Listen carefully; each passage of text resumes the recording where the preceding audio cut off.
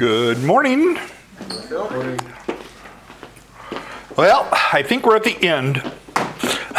The beginning? The end of the beginning. No, Miss Ellie is here. We can start. Anyway, so this is the end of our creation series, and if you remember, I've taken a little different approach here.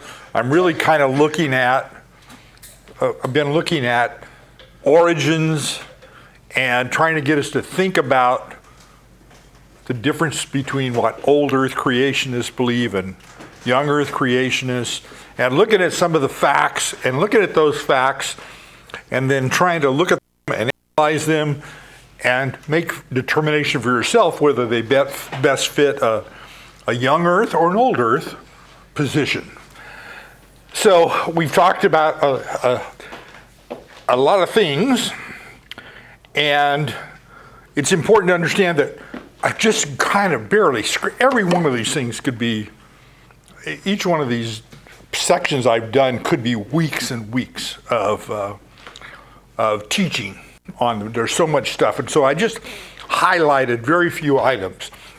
So today we are going to do a review of part 1 through 3, which is the first 4 weeks. And when I do the review, because just for the people that are watching on YouTube, because our YouTube thing got cut off the last 5 minutes, didn't on there, when I get to that part, I'll just spend a little bit more time just to summarize what we covered on, in case you didn't catch that at the last time. So we've done cosmological and geological origins. Today we're going to talk about biological origins. And I'm only going to pick a couple of things to talk about because there's just so much.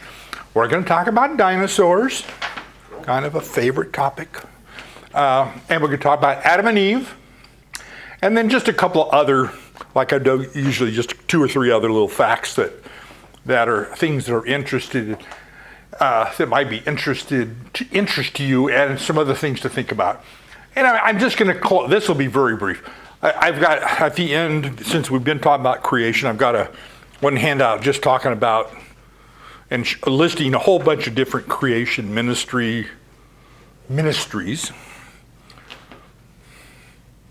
Some of which are, I'll talk about this, some of which are young Earth, some of which are, who knows, a variety of things. So we'll get to that. All right, so what have we covered so far? So real quick, we did part 1, we talked about just Genesis, we talked about old Earth, young Earth, we talked about the book of Genesis, it's the origin story, that we believe that the attack that is being made on our foundation of the Bible, which I believe Genesis 1 through 11 is foundational to our Christian faith. And it is what is under attack. So, grab a handout over there, Andrea. Thank you. And we talked about what the impact of that was, and I've gone over it several times about what I believe the impact to be of that. We talked about cosmological origins. We talked about the universe and solar system, and then we hit the geologic. We talked about creation, and then last week mainly I talked the whole time was about pre and post flood events. Okay, so that's what we covered. We talked about the solar system. We talked about the 8 planets. Those of us that grew up in like Jerry, the old one-room log cabin schoolhouse, there was 9. There's only 8 now. Ellie met the 9th one last week when she was in Disneyland. Pluto has been demoted to not a real planet anymore. Okay, when we talked about the solar system, I talked a lot about several things that are factual that I think old Earth creationists have a difficult time trying to make it fit the old Earth model, and we think these things fit the young Earth model. And one of those things is the magnetic fields of planets. And we talked about how 6 of the 8 planets still have a magnetic field, 2 don't. Venus and Mars don't have magnetic fields. They may have already run out. We're not sure. There's a whole bunch of stuff dealing with planetary moons. Remember, we talked about the solar system. There's almost 300 moons in our solar system. So our moon is certainly very important. We talked about that. So when you look at the stuff about planets and their moons, there's just so many things that do not fit an old Earth model. Remember, old Earth, we're talking about creation 13.78 billion years ago versus young Earth, we're talking about 6,000 years ago. So some of these things, just including comets, could not have lasted 13. Well, in the case of the solar system, we're talking about 4.5 billion years. They couldn't have lasted that long. So those are kind of things. So again, which we talked about geology, and I showed that here in the United States, we just have this wonderful classroom called the Grand Staircase in the Arizona, Utah areas. We're talking about from the Grand Canyon down here all the way up to Bryce Canyon National Park, and that's about a 15,000 feet change in elevation. And it exposes the geologic column. We talked about the geologic column, how we have all these sedimentary layers. Within those, there are fossils. And so on the secular side, we have all these things. We have fossils that are found in all these different layers. I pointed out that most textbooks that talk about this stuff forget to tell you that there's lots and lots of marine fossils throughout the whole column. In fact, 95% of all fossils are marine fossils. Okay? We talked about that. We talked about this, the timeline, the difference between old Earth, the 13 billion years versus 6,000 years. We think man was created here on the sixth day, and depending on what kind of an old Earth creationist you are, Adam may have not even been created, but could have appeared anywhere on here. Alien. What's that? Alien. Alien landed. Alien landed. I talked about the column. I went over this, but the biblical flood, which I think is one of the best evidences of a young Earth, the flood, when you analyze the flood, there's just a lot. I showed you, here's the secular geologic column over hundreds of millions of years. This is the young Earth model, 1 year of the flood. And this is the geologic column with all the fossils. And you will notice that these sedimentary layers line up very well. We do not disagree with these sedimentary layers. We don't disagree. They're there, and they got names, and we'll use those names. We just don't agree on how long it took to put those layers down, okay? So we talked quite a bit about that. When I talked about the flood, just in summary here, how did the flood happen? There's lots and lots of scientific evidence, a lot of geophysical evidence, but we know there was continental splits. Most of these things, the secularists and young Earth creationists agree with these things. We believe there was splitting of the continents. We know there's been volcanic eruptions. We know there's been massive earthquakes, tsunamis. They agree that all these things happen. They just think they happen all the time, over time. We think there is evidence that these things catastrophically happen in a very short period of time, which is what devastated the world, okay? That's what the Bible tells us. And I went over, there's a lot of evidence to support these things. Okay, so evidence of flood. We got geologic layers all over the earth, and they are very consistent.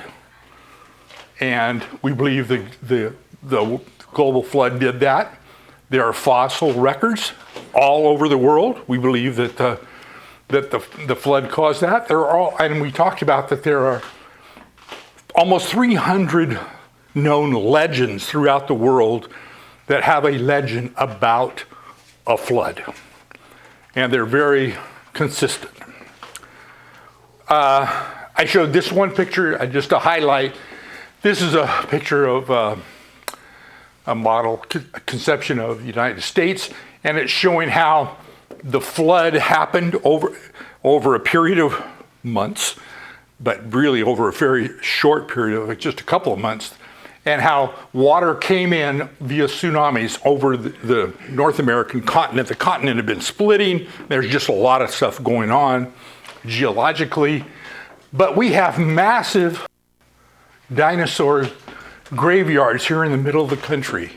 Concentrations of big dinosaurs. Very consistent with the global flood. As the water increased, these critters moved, and eventually they can't move anymore, and they were buried. This kind of graveyard, massive collection, there's a number of sites throughout the world that replicate what happened on our continent. Okay, this is where we got cut a little short last week, but I talked about some post-flood. We talked about plate tectonics. Not going to go through that, but the Ice Age and how our canyons created. So the Ice Age happened, well, secularists believe we've had maybe 40 ice ages over the last 300 billion years. We think there was one. And their model of how they got an ice age, based on the wiggle of the Earth's orbit or axis, that causing changes in climate, and they have this model that is based on that. We believe the Ice Age started right after the flood. All the conditions were in place.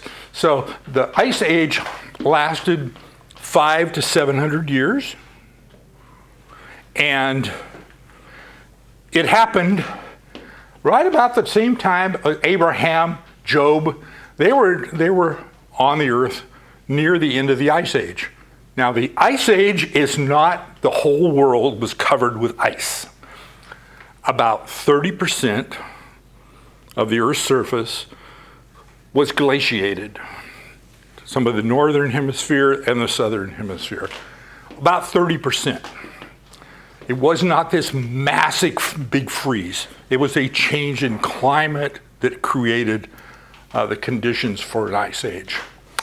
Those conditions are these.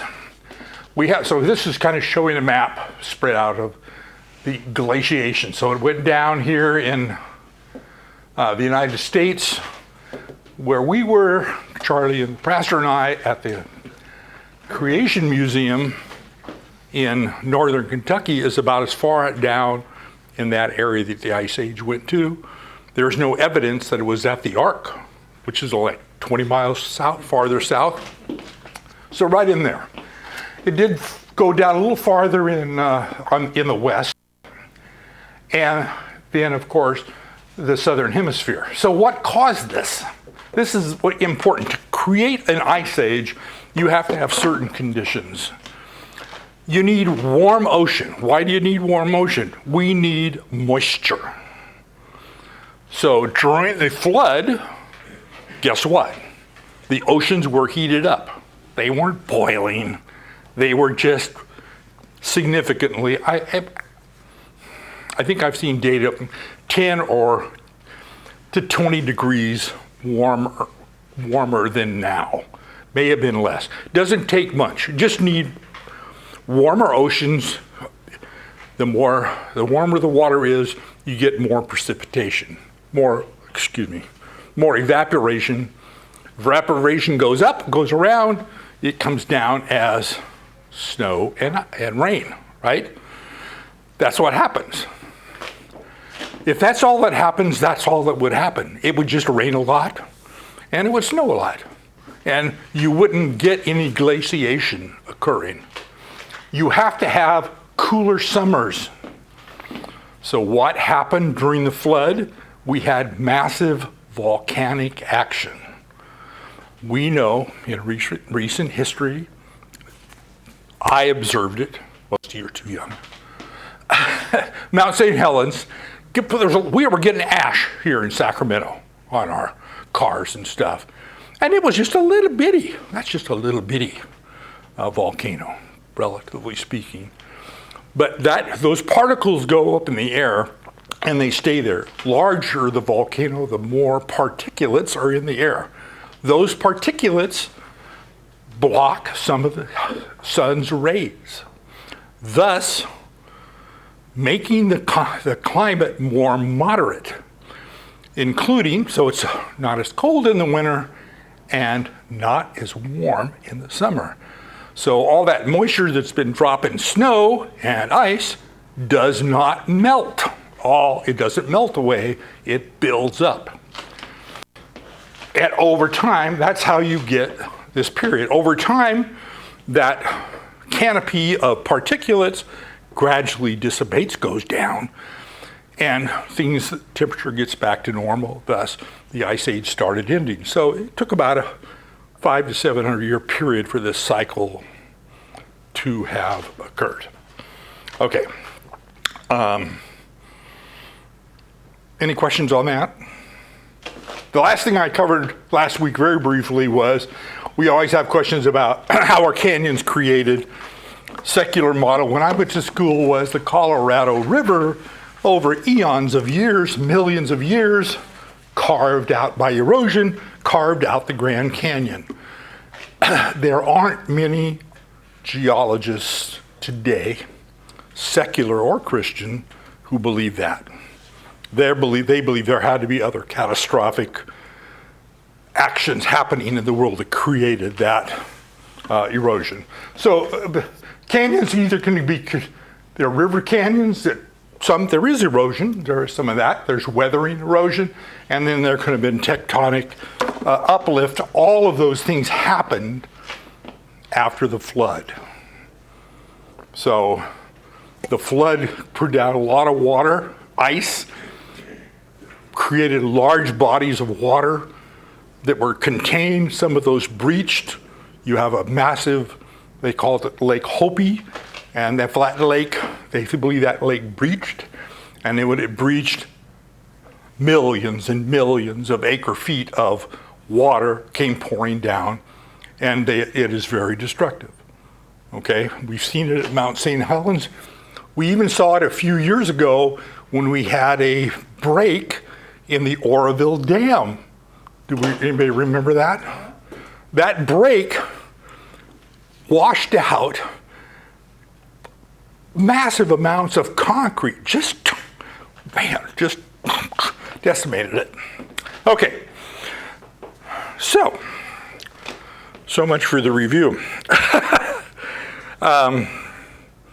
Okay, so let's talk about biological. Does anybody have any questions on that? I mean, that is kind of a quick review of last week, but okay. So we had. So we'll talk about biological origins, and before we get into it, we have to think about the big question is where does life begin? And we're going to talk about man, and we're going to talk about dinosaurs primarily, but it's really a.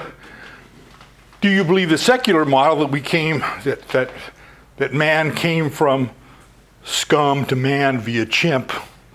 That's not Jerry did. Anyway, so we have the Bible is very clear on how God created in 6 days, with animals, including man, created on the sixth day.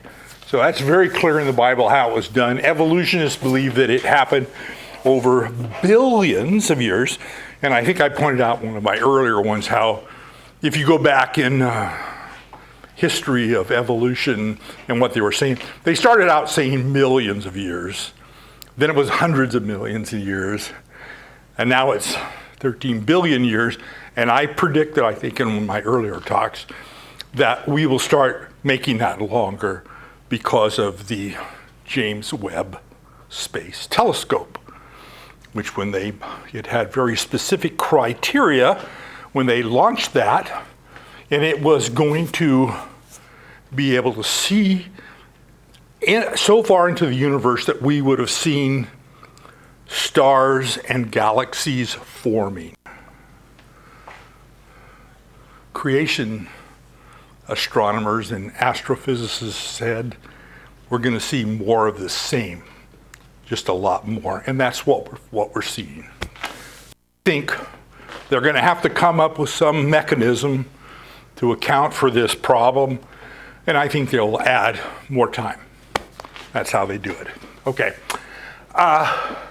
We also don't see, when we look at the fossil records, we don't see all these transitional forms. Over years, they've been trying to make up transitional forms. Lucy, which is a creature they believe was a transition between or between ape and man. And there's so many holes in that. There's a great video we have that really goes into that stuff in a lot of detail if anybody wanted to see it. And then we have the Cambrian explosion, and you heard about the Cambrian explosion, and that is in the fossil records, there is massive amounts of fossils that appeared, all kinds, all the critters, all the different types they're all there, and they can't explain that. There should have been, if this stuff was laid down over millions of years, little by little, there should have been lots of transitional stuff. Nothing there. Okay, so let's talk about the dinosaurs briefly. So we got the evolution worldview that says that dinosaurs were created through millions of years of evolution. Dinosaurs lived and died millions of years before man ever appeared on the earth. Most of the dinosaurs, they believe, were wiped out by some cosmological event, like a massive asteroid creating, there's an asteroid that hit in the Yucatan Peninsula, and so they got all these things that they postulate this is how the dinosaurs disappeared. And they also now, of course, they push this, which is dinosaurs evolved from birds, or into birds, excuse me. As a bird person, I have a lot of problems with this one. But if you watch Jurassic Park, of course, it's more than alluded to in that movie about, see the pelicans flying across the horizon. Don't they look like dinosaurs? Okay. The biblical worldview says dinosaurs were created with man on day 6. Land critters. Now, dinosaurs are land reptiles. Land critters. I don't know if I should say that. There are what we classify as dinosaurs, which are ocean going or in the water. Those are not really dinosaurs. Just semantics, maybe more than anything. And we believe that most of them were wiped out during the flood. They weren't all wiped out because two very kind were on the ark. We saw them, right? Yeah. That is one big boat. It is just, I should have put a picture of us by the boat in here. I didn't. Anyway, We think the flood wiped most of them out, and the survivors became extinct for a number of reasons. Change in the climate. There's a lot of things that happened, but we think that predation, man killing them, and the scarcity of enough food for them. There's a number of reasons, like a lot of things that have gone extinct. But we'll talk about, they didn't go extinct, I don't think, that quickly. So, dinosaurs, there's a lot of references to dinosaurs in the Bible. People don't think so, but there is. Well, the word dinosaurs, that's not in the Bible. Just like Bible's not in the Bible. Why? Because the word dinosaur was coined in about 1840. So, even when the King James translators did it, there was no word for dinosaur. So dinosaurs were not in the Bible because the word didn't exist. But there's a lot of mention of dragons in the Bible. There's a Hebrew word, I don't know how you pronounce it, T-A-N-N-I-Y-N, which means it's a word for dragon, okay? It is mentioned, the number's not going to be, I'm thinking 200 times in the King James Bible. I looked up a bunch of them. Don't hold me to the number. It's mentioned a number of times, okay? And of course, we all heard of Behemoth and Leviathan. I was supposed to go join my son in Nevada to see a skeleton of Leviathan. Ichthyosaurus was what I believe is a Leviathan. It is a big, some of them were really large, water-bound dinosaur. Pretty vicious teeth. And we have Behemoth, of course, which both these are, of course, in Job. And I think Behemoth is pretty well described. I mean, it said it eats grass, has a big belly. Excuse me. But some of these I take personally.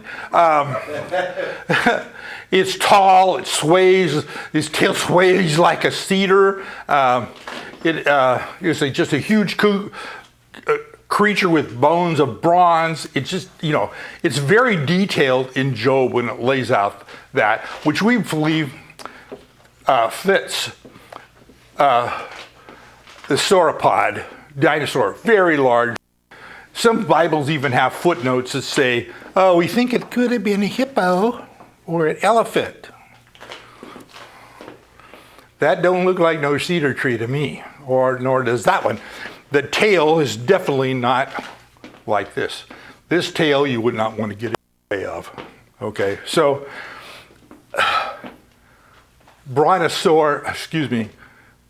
Behemoth definitely fits that. So whoop-de-doo, so it fits. I think I got on the next slide, but I'll come back to it. So some other things that have happened over the last, even this is stuff, some of this stuff is very recent. So in this century, I know Eliot's, still may have been before your time. They discovered in 2005, Mary Schweitzer, who is a PhD, I think she's a paleontologist, in examining T-Rex, Tyrannosaurus Rex bone, they just it and examined it, and when they did that, they discovered tissue, flexible tissue, blood cells, and blood in this fossil. It was big news at that time, but of course it can't be right. Her and her team redid the experiment like 17 times, came out with the same data. since then, they've now tried to. If you read papers today, you'll see all these scientific papers where they're trying to rationalize how something that is supposed to be 65 million years old still has flexible tissue. They're trying. But since then, they're discovering this all the time now in fossil records. They're examining bones and they're finding the same stuff. I already talked about the fact that we have these massive dinosaur graveyards, which is very unusual. How would you have a massive number of dinosaurs in one area? A lot of the fossils in that area are dying in what they call a death pose, which looks like the dinosaur is suffocating, neck is back, and it's trying to breathe, which is...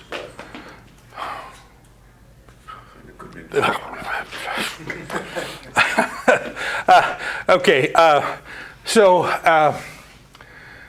and the other thing they find in the fossil records is we have what they think were all, they had critters that would, like the coelacanth, which is a fish that they thought was a prehistoric, long extinct, and then in the 1930s they discovered them off Madagascar and now in several other areas in the Indian Ocean kind of area where this fish that looks exactly like the fossil that they think was hundreds of millions of years ago old.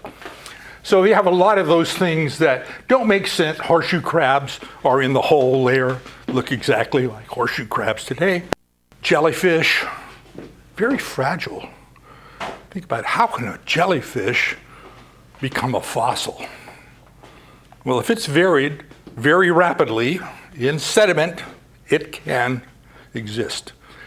It would have to be done very quickly. Okay, and then the other thing, there's lots of dinosaur art throughout the world. I think some of you may have seen some of these pictures, but I have lots of them, where in cave drawings, they have drawings of critters. There's no way to confuse that with something other than a dinosaur. We have lots of art of dragons. And we have history of dragons. It's the annals of Alexander the Great. It talks about how his men were frightened of these cave critters which were described just like a dragon. There's lots of sculpture, artwork, some of it very primitive, some of it fairly modern or new, that depict dragons. Dragons, I believe, are just another name for dinosaurs. Okay. Good. Anybody have any questions about dinosaurs? I'm not a dinosaur expert. Yeah, how do they taste? What's that? How do they taste? Speaking of dinosaurs, Frank just walked in. Frankosaurus. Like chicken. A Frankosaurus. Frankosaurus. Okay, let's talk a little bit about Adam and Eve. So what do we believe? We believe young earth, we believe the Bible, and we believe that Adam was the first man, that God created the first man on the sixth day about 6,000 years ago. Secular old earth, people think, it's just myth. This Bible stuff is myth. Or it could be allegory for how man came into being, could be that. Old earth creationists, now remember we talked about this group of Christians who think they don't believe in the young earth, they believe in the old earth, and so they got to rationalize that. And they have all kinds of positions. And when I give you a list of some of these ministries, you can go and see what some of these people think. But they have a little bit, some of them believe it's just allegory. They don't want to say myth, but they'll say that. Some of them believe in evolution. that we evolved. That if you're talking about Adam, it's an allegory. At some point in time, we're now going to call him human. So they believe in evolution. So at some point in time, there was something that we'll call human. And there are some young Earth creations that actually that said it took 13 billion years to create the universe, 4.5 billion years to create the solar system, but God put Adam on the earth about 6,000 years ago. So you'll find all those positions in this group of people called the old earth creationists. Some issues with secular and the old earth creationist, OEC. I was tired of typing it out. Anyway, position. So they believe man evolved, scum to man via chimp. That's how I summarize it.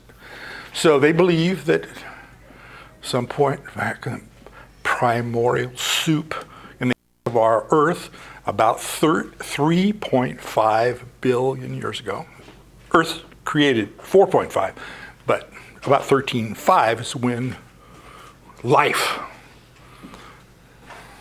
it started to exist. Some lightning hit a mud puddle and created. There's a lot of stuff written on this, and it is the hardest. Secular and all, people who believe in evolution, this is the hardest. They cannot come up with a model for how you create life from nothing. Right. That is the issue. It just can't be done. We believe in a literal Adam. They don't believe in a literal Adam. They think Adam was not a real man. Like I said, there's a whole spectrum of beliefs as far as older creationists are concerned. And certainly the secular world doesn't believe Adam existed at all. It's amazing to me how many, and we talked about this, how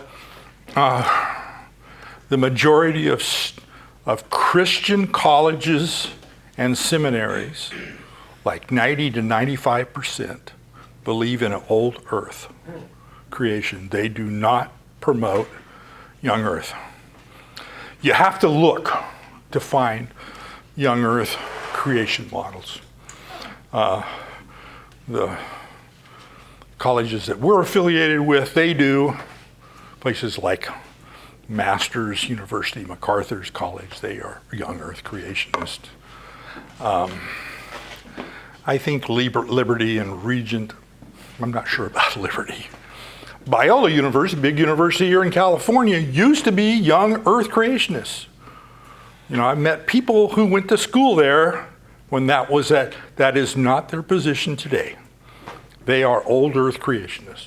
That's what they teach in their college, and that's what they teach in their seminary. So it's very pervasive. So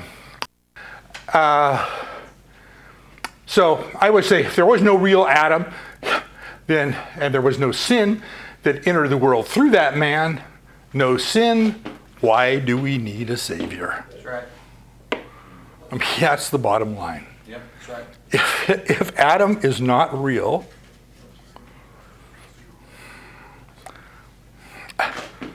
why did Jesus need to die for sin that supposedly was that Adam and Eve did? Mm-hmm. So anyway, so I think this is one of the biggest stumbling blocks you have to think about when you're looking at Genesis 1 through 11. If that is not true, does it not shake our foundation? Yes, Gary? Do all old earth creationists believe that there's no literal Adam? No. As I pointed out on the prior slide, they have the whole spectrum. There are even old earth creationists who believe Adam was created 6,000 years ago, that God created him. They use the word replenish there. Yeah, that's a whole different thing, but replenishing. Yeah, sort. But So this is, I mean, to us, to me, this is the biggie. You know, if you don't, if one through a level is allegory, the rest of the Bible is meaningless, in my opinion. There's no foundation for this. The other thing that is tied to this, which is this model says there was death before sin. And by the way, that's another one that there are young Earth creationists who believe that this is tied to the curse is tied to man, not everything. We believe it's affected everything. So they rationalize that the curse was really the fall of man, and death and suffering or death of animals could have happened long time ago. And they'll say things like, well, plants were eaten. Well, in the Bible, plants are not considered living. They're not, what is the word, Jerry, in Greek? Nephesh? For a living critter. I know, there's a Greek word that really talks about plants aren't in that. So anyway, so that's, those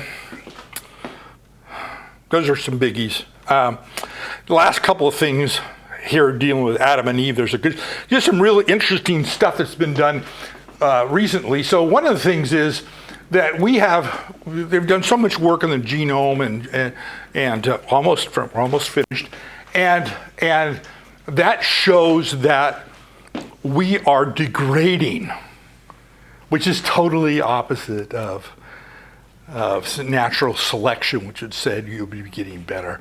We're degrading. We're getting more and more mutations.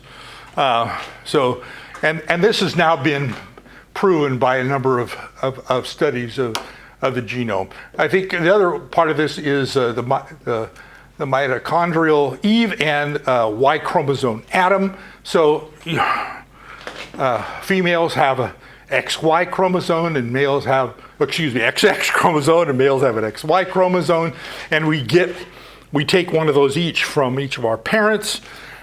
And there has been studies now done on mitochondrial DNA that traces females back to one individual 6,000 or 7,000 years ago. These are fairly new studies, I'd say in the last 10 years. There's also the Y chromosome. There's been studies done on the male Y chromosome, and Dr. Jensen of Androgenesis has 3 massive books.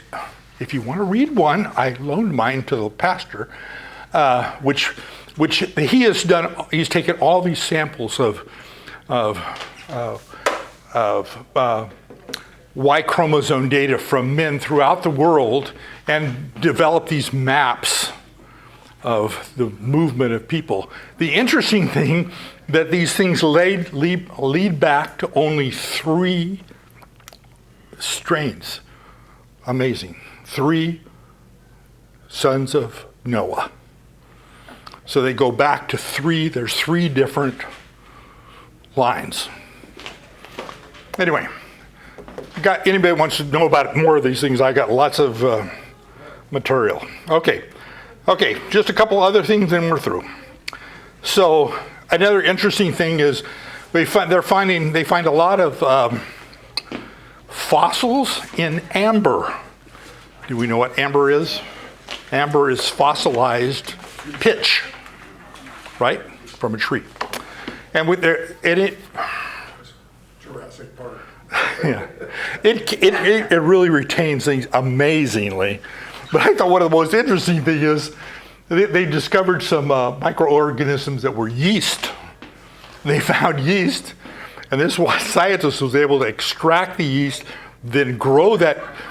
Several of them are like beer brewing yeasts, and he was able to extract the yeast and grow the yeast and then put out a line of beer using this ancient yeast. I thought, boy, that's quite a microbrewery. Anyway, I know beer. the other thing is population growth. If you take a look at the world's population and the models, and there's lots of mathematical models they run, most of them secular and creationists they're fairly conservative. But if you run the model from about 4,500 years ago forward, normal birth, death rates, blah, blah, blah, taking all kinds of things into consideration, it comes to about 8 billion people, which is the population of the Earth today. If man came about 100 million years ago, you have to come up with some mechanisms to reduce the population down to what it currently is. Okay, so I have these things, and you can just look at them in your paper. I have these things that kind of show different views on like young Earth evolutionists and different facets. And then I listed some ministries, young Earth ministries. The three biggest ones: Answers in Genesis, Institute